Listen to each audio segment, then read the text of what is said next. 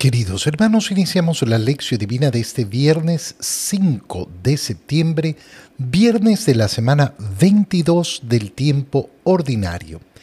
Por la señal de la Santa Cruz de nuestros enemigos, líbranos, Señor Dios nuestro, en el nombre del Padre, y del Hijo, y del Espíritu Santo. Amén. Señor mío y Dios mío, creo firmemente que estás aquí, que me ves, que me oyes. Te adoro con profunda reverencia, te pido perdón de mis pecados y gracia para hacer con fruto este tiempo de lección divina. Madre mía Inmaculada, San José, mi Padre y Señor, Ángel de mi guarda, interceded por mí. En la primera lectura de este viernes continuamos leyendo la carta del apóstol San Pablo a los Colosenses, capítulo 1, versículos 15 al 20. Cristo es la imagen de Dios invisible, el primogénito de toda la creación, porque en Él tienen su fundamento todas las cosas creadas, del cielo y de la tierra, las visibles y las invisibles, sin excluir a los tronos y dominaciones, a los principados y potestades. Todo fue creado por medio de Él y para Él. Él existe antes de todas las cosas, y todas tienen su consistencia en Él. Él es también la cabeza del cuerpo que es la Iglesia. Es el principio, el primogénito de entre los muertos, para que sea el primero en todo. Porque Dios quiso que en Cristo habitara toda plenitud, y por Él quiso reconciliar consigo todas las cosas del cielo y de la tierra, y darles la paz por medio de su sangre derramada en la cruz. Palabra de Dios. Ya al final de la lectura que hacíamos el día de ayer en la carta a los Colosenses, nos topábamos con la primera parte de este himno cristológico. En las cartas de San Pablo aparecen habitualmente estos himnos cristológicos que parecen salir del contexto propio de la carta y se vuelven un himno, una alabanza, que de hecho la Iglesia utiliza estos himnos constantemente en la liturgia de las horas para ser parte de las oraciones que se realizan en esa liturgia de las horas y que tienen una profundidad enorme porque son himnos sobre la cristología. ¿Qué significa la cristología? Es el nombre que se le da en la teología al estudio de Cristo, de quién es Jesús el Cristo.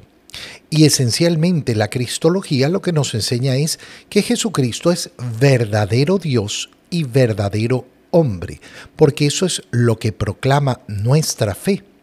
Y eso es lo que leemos en las Escrituras. Constantemente lo que vamos a ver en la figura de Jesús es cómo en Él se manifiesta esa humanidad igual a la de nosotros en todo menos en el pecado, y se manifiesta la divinidad, es decir, que es verdadero Dios, la segunda persona de la Santísima Trinidad hecha carne.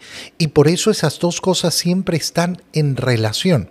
Fíjate cómo inicia este himno San Pablo. Cristo es la imagen de Dios invisible. Claro, a Dios nadie lo ha visto jamás. Estas son palabras de San Juan. Pero resulta que a Jesús sí lo han visto. ¿Y por qué lo han visto? Porque el Verbo de Dios, la segunda persona de la Santísima Trinidad, se ha hecho hombre. Por eso ese Dios invisible, que no está al alcance de nuestros ojos, de nuestra capacidad de ver, se hace visible tomando una forma humana, tomando una naturaleza humana. Y por tanto, no hay una figura más cercana de Dios que no sea Jesús. No porque sea figura, sino porque es el mismo Dios. Qué importante es recordar esa escena de la transfiguración del Señor en el monte Tabor, donde ¿qué es lo que sucede? Que aquello que estaba escondido a la vista, porque lo que podían ver las personas que veían a Jesús era un hombre, un ser humano como cualquier otro, pero resulta que en el monte Tabor lo que pueden ver los discípulos es cómo ese hombre es además verdadero Dios. Este es el primogénito de toda la creación.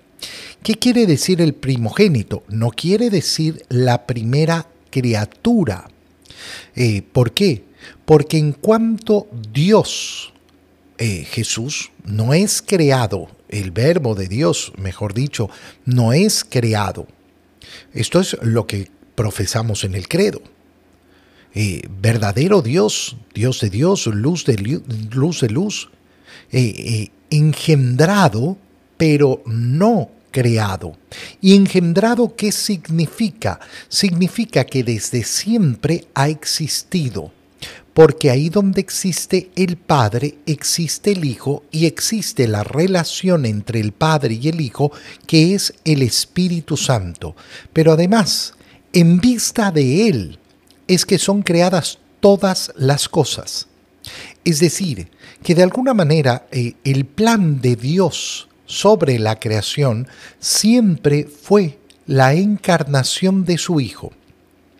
Y por eso va a ser aquel para el cual todo ha sido creado, como lo va a decir después San Pablo, porque en él tienen su fundamento todas las cosas creadas. Todo tiene su fundamento en él. De tal manera que no estamos hablando aquí de un hombre, estamos hablando del mismo Dios.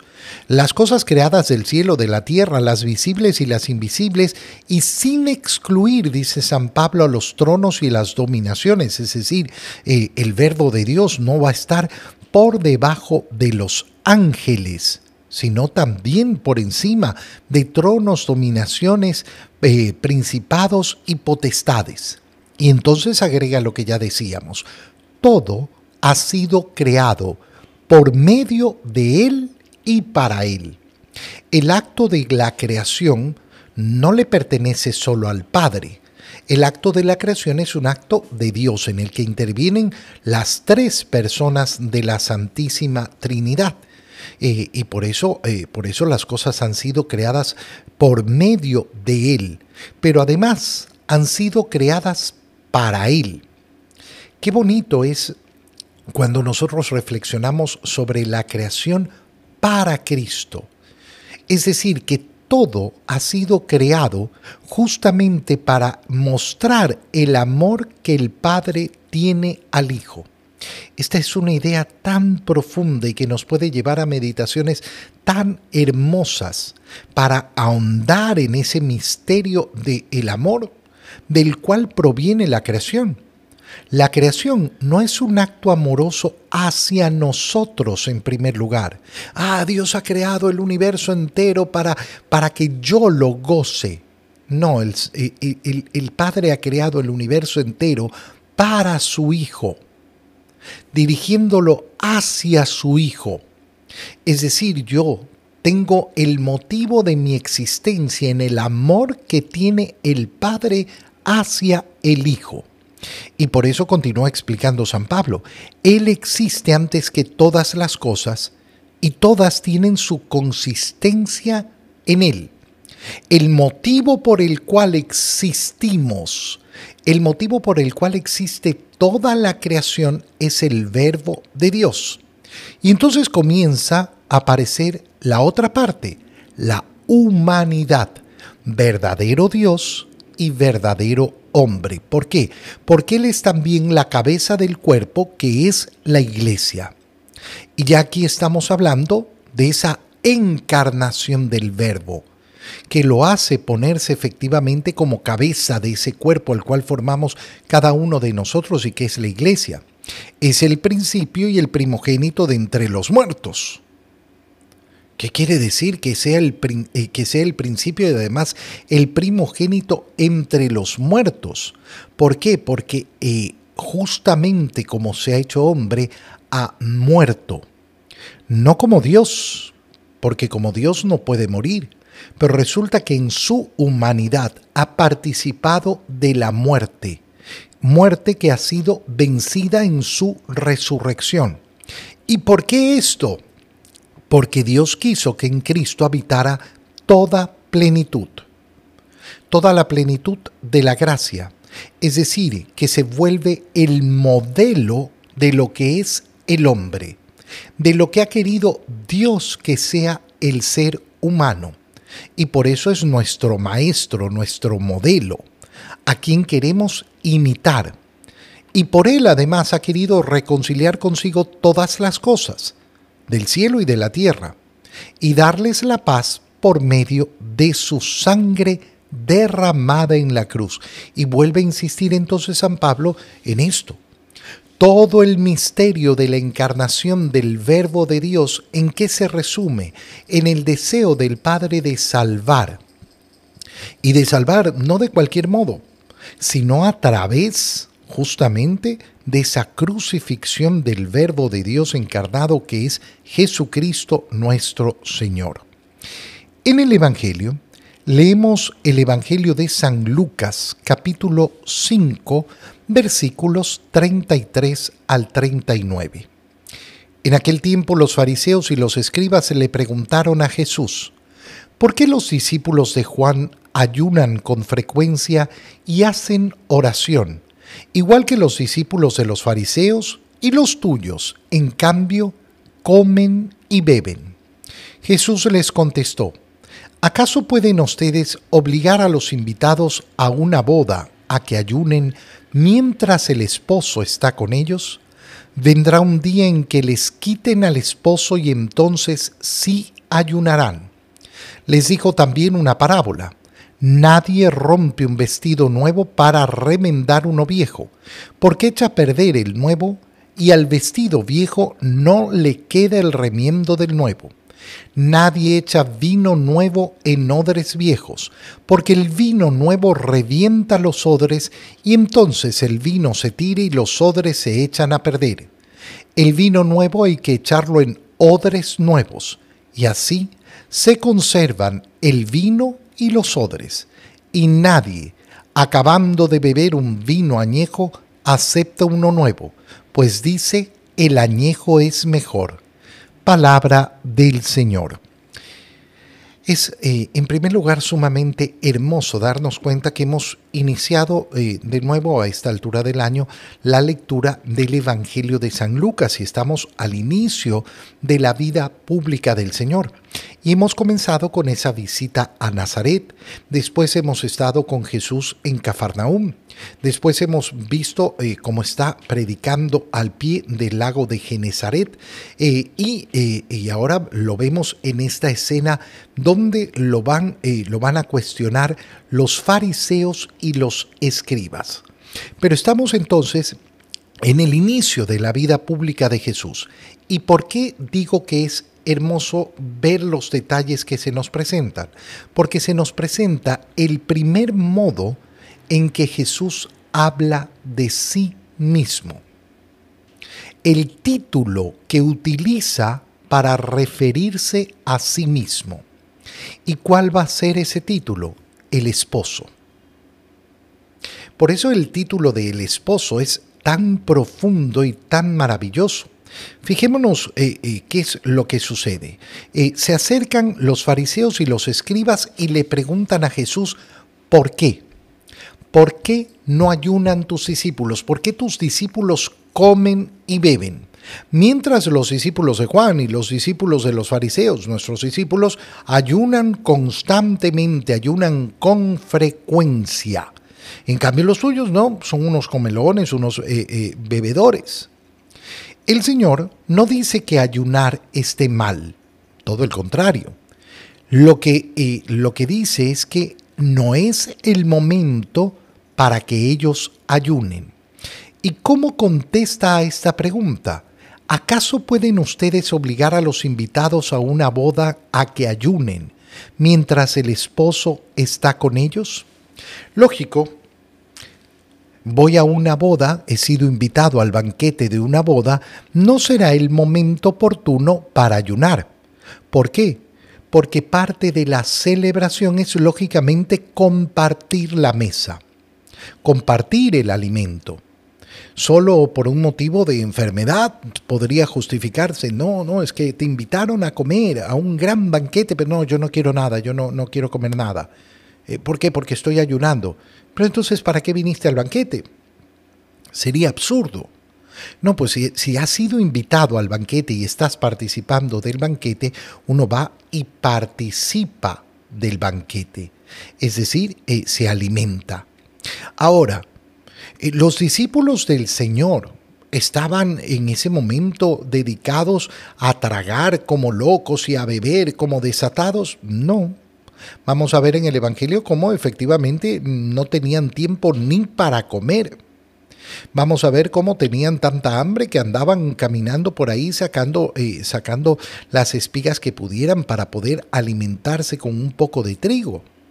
No es una vida sencilla y sin embargo Jesús dice que están invitados a la boda. Es decir, que está hablando de un momento especialísimo en el cual no se ayuna. Pero lo más precioso es como dice, mientras el esposo está con ellos. ¿Y a qué se refiere? ¿A qué esposo se refiere? Bueno, se refiere lógicamente a él mismo. ¿En qué sentido podemos entender esto de esposo? Bueno, en que el Señor ha entregado su vida por nosotros.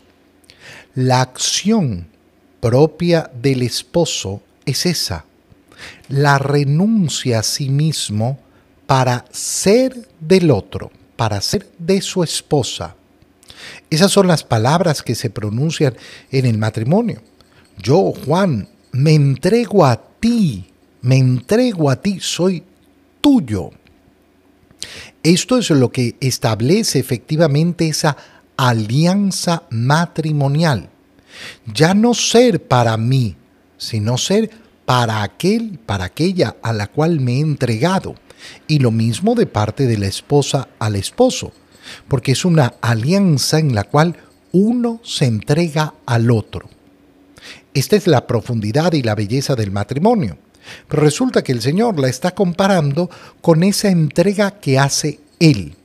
Claro, si unimos esto a lo que acabamos de leer en la primera lectura de la carta a los Colosenses, donde San Pablo nos dice, para que reconciliara todas las cosas a través de su sangre, con su muerte en la cruz, entendemos de qué manera se realiza esa nueva alianza y cómo.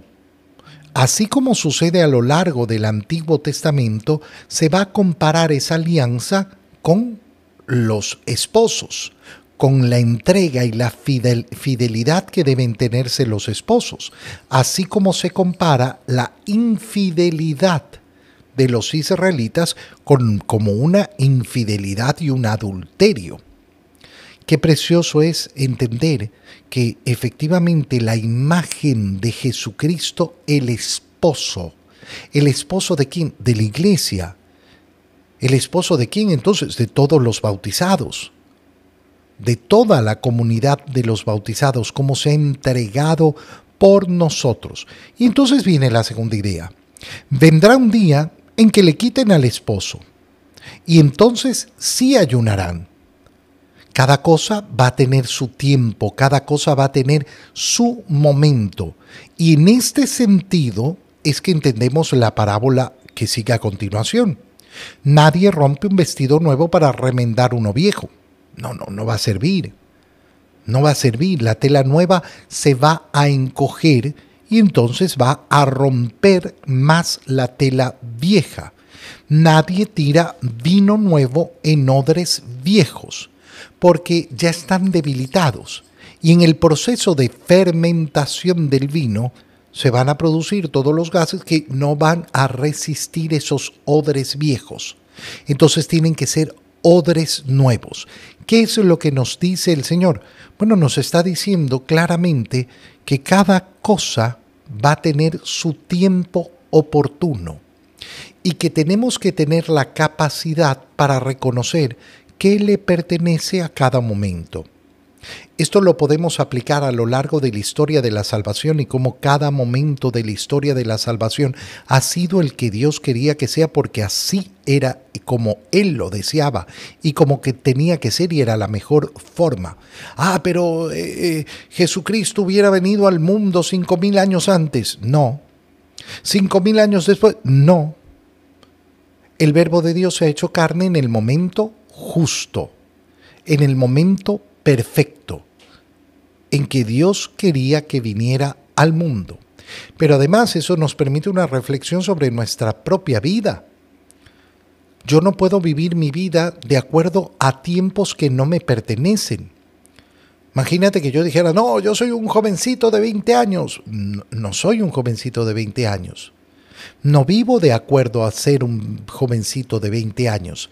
Cada momento de mi vida tiene su belleza, su grandeza, su hermosura, pero yo tengo que saber vivirlo.